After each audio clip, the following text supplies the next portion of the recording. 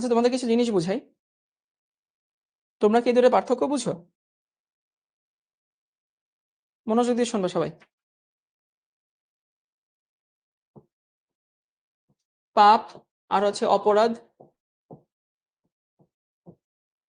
পার্থক্য বুঝো? পাপকে ইংলিশে বলা হয় সিন, অপরাধকে ইংলিশে বলা হয় ক্রাইম। যারা পার্থক্য জানো তো জানো, যারা জানো না আমি পার্থক্যটা বলে দিই। সেটা হচ্ছে সমস্ত অপরাধ পাপ, কিন্তু সমস্ত পাপ অপরাধ না। এখন পাপ কোনটা? যারা মুসলিম আছি সেটা হচ্ছে কোরআন হাদিসে আমাদের যেগুলো করতে বলা হয়েছে সেগুলো না করা, আর যেগুলো করতে বলা হয়নি সেগুলো করা, এটাকে বলা হয় পাপ। যেমন তুমি নামাজ না পড়লে তোমার পাপ হবে। ওকে, এবার সে অপরাধ কি? অপরাধ অবশ্যই পাপ, কিন্তু অপরাধ বলতে বুঝাই দুই রকমের হক আছে। তোমরা যারা আরবি পড়ছো, একটা হচ্ছে হাক্কুল্লাহ, মানে আল্লাহ আমাদেরকে যেগুলো করতে বলছেন, আল্লাহর প্রতি আমাদের যে দায়িত্বগুলো আছে, দায়িত্ব বলতে যে করণীয় গুলো আছে সেগুলো হচ্ছে হাক্কুল্লাহ, মানে আল্লাহর হক বোঝায় আর কি। আরেকটা হচ্ছে হাক্কুল ইবাদ।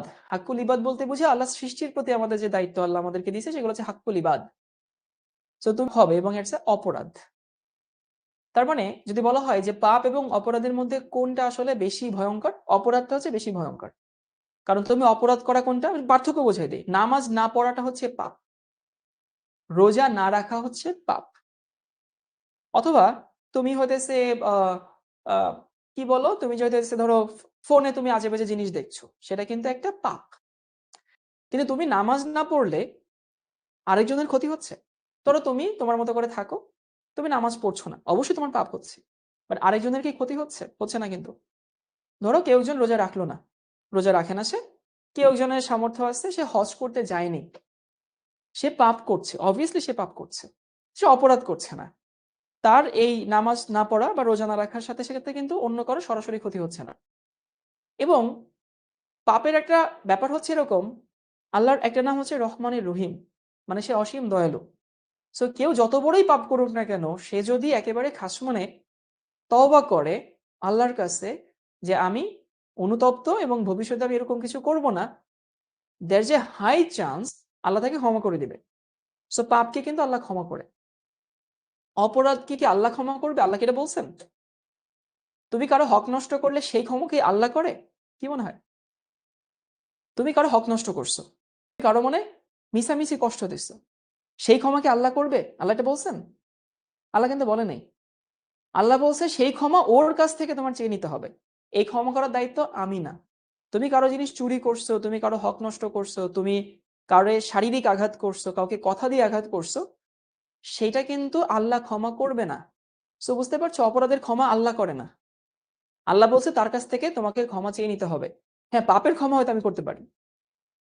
তো কথা হইতেছে মেইনলি কোনটা, সেটা হইতেছে যে একজন বলছে আল্লাহ কোনো মাফ করবে না, করবে কি করবে না সেটা আল্লাহ ভালো জানেন ভাই, এভাবে বললো না, তুমি জানো না। বাট অপরাধের ক্ষমা আল্লাহ করবেন, এটা আল্লাহ বলেই দিছে। এবার আসি হইতেছে যে আমরা আমাদের সমাজে অনেক সময় না জেনে না বুঝে এরকম অপরাধ করি।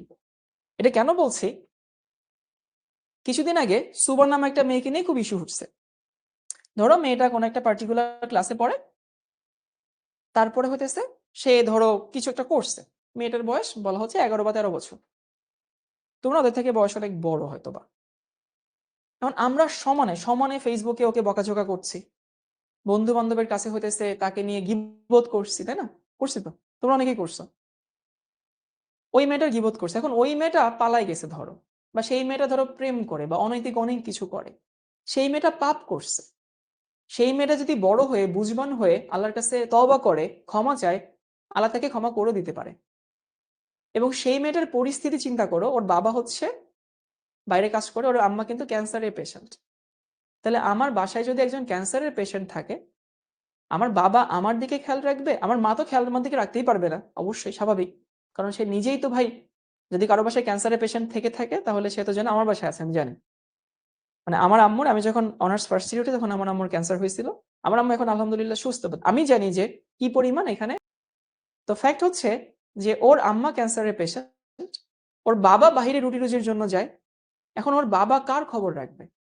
ওর আম্মার খবর রাখবে নাকি ওর খবর রাখবে? বুঝো কিন্তু ব্যাপারটা। সো ওর ওই যে অনেকে বলতেছে যে ফ্যামিলি তাকে সাপোর্ট দেয়নি, ফ্যামিলি তাকে হইতেছে গাইডলাইন দেন। আরে ভাই, ফ্যামিলিতে গাইডলাইন দেওয়ার মতো পরিস্থিতি আছে? নাই তো। ওর ফ্যামিলি তো তোমার আমার ফ্যামিলির মতো না, তাই না? তোমার আমার ফ্যামিলি খুবই সুস্থ সবল সাধারণ ফ্যামিলি, আমাদের সবকিছু ঠিকঠাক আছে। ওর ফ্যামিলিতে ছিল না, তো তো বকে যাবে। ও বকে যাবে না তো কে বকে যাবে? এরপরে সেই বয়সটা ভুল করার বয়স, এই বয়সটা ভুল হতেই পারে। সো সে একটু ভুল করছে, ধরো ভুল করছে, অপরাধ করছে, হোয়াটএভার, যাই করছে, তোমার তো কোনো ক্ষতি করে নাই, তাই না?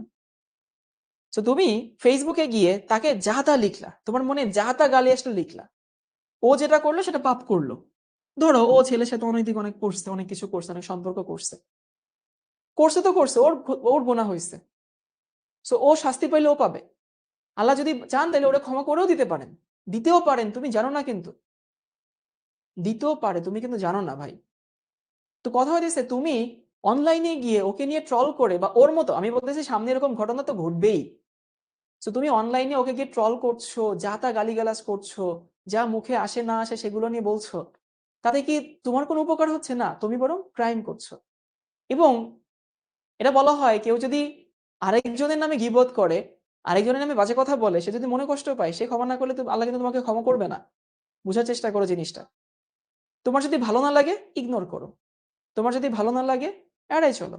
বাট তাকে তো এইসব অনলাইন সোশ্যাল মিডিয়া ট্রায়ালে নেওয়া তো দরকার নাই। এরপরে আসি, সেটা হচ্ছে যে আমরা, আমাদের মধ্যে একটা প্রবণতা আছে, আমরা সব সময় ঘৃণা দিয়ে, মানে ঘৃণা দিয়ে সবকিছু, শাস্তি দিয়ে, ঘৃণা দিয়ে আমরা সবকিছু সমাধান করার চেষ্টা করি। না রে ভাই, তোমাদের মতো অনেক মানুষজন আমাকে টেক্সট করে, ভাইয়া এটা করছি, ওটা করছি, সেটা করছি। আমাকে অনেকেই টেক্সট করে, ভাইয়া এই ভুলটা করছি, ওই ভুল। এখন আমাকে টেক্সট করার সাথে সাথে বলে, এই শালা তুই কেন এই ভুলটা করছিস, তোর মাথায় কি বুদ্ধি শুদ্ধি না? আমি ধরো এইভাবে শুরু করলাম। ও কি জীবনেও সংশোধন পসিবল? ও আমার একটা ভুল করে এসে আমার কাছে বলতেছে, ভাই আমি এটা ভুল। আমাকে তোমাদের মতো অনেকেই এরকম টেক্সট করে, অনেকে না বুঝে প্রেম করে ফেলছে, প্রেম করে ছ্যাঁকা খাইছে, এই হচ্ছে সেই হচ্ছে, অনেক অনেক গুরুত্বপূর্ণ গুরুত্বপূর্ণ লেভেলে গিয়ে তারপর আমাকে এসে বলে। এখন আমি যদি সাথে সাথে ওরে দুই তিনটা কথা শোনাই দেই, এই তুই এটা কেন করছিস, তুই এটা কেন করছিস, ভাই ও জীবনে ঠিক হবে না। সো ভালোবাসা দিয়ে যেটা হয়, হাজার ঘৃণা দিয়ে সেটা হয় না। তো তোমরা এখনো ছোট, তোমাদেরকে বলতেছি এসব ঘৃণা ছড়াছড়ি করবা না। তোমরা তোমরা করো না আমি জানি, বাট যদি কারো এভাবে হয়তো কোনোদিন চিন্তা করোনি, ভালোবাসা দিয়ে অনেক কিছু সমাধান করা যায়।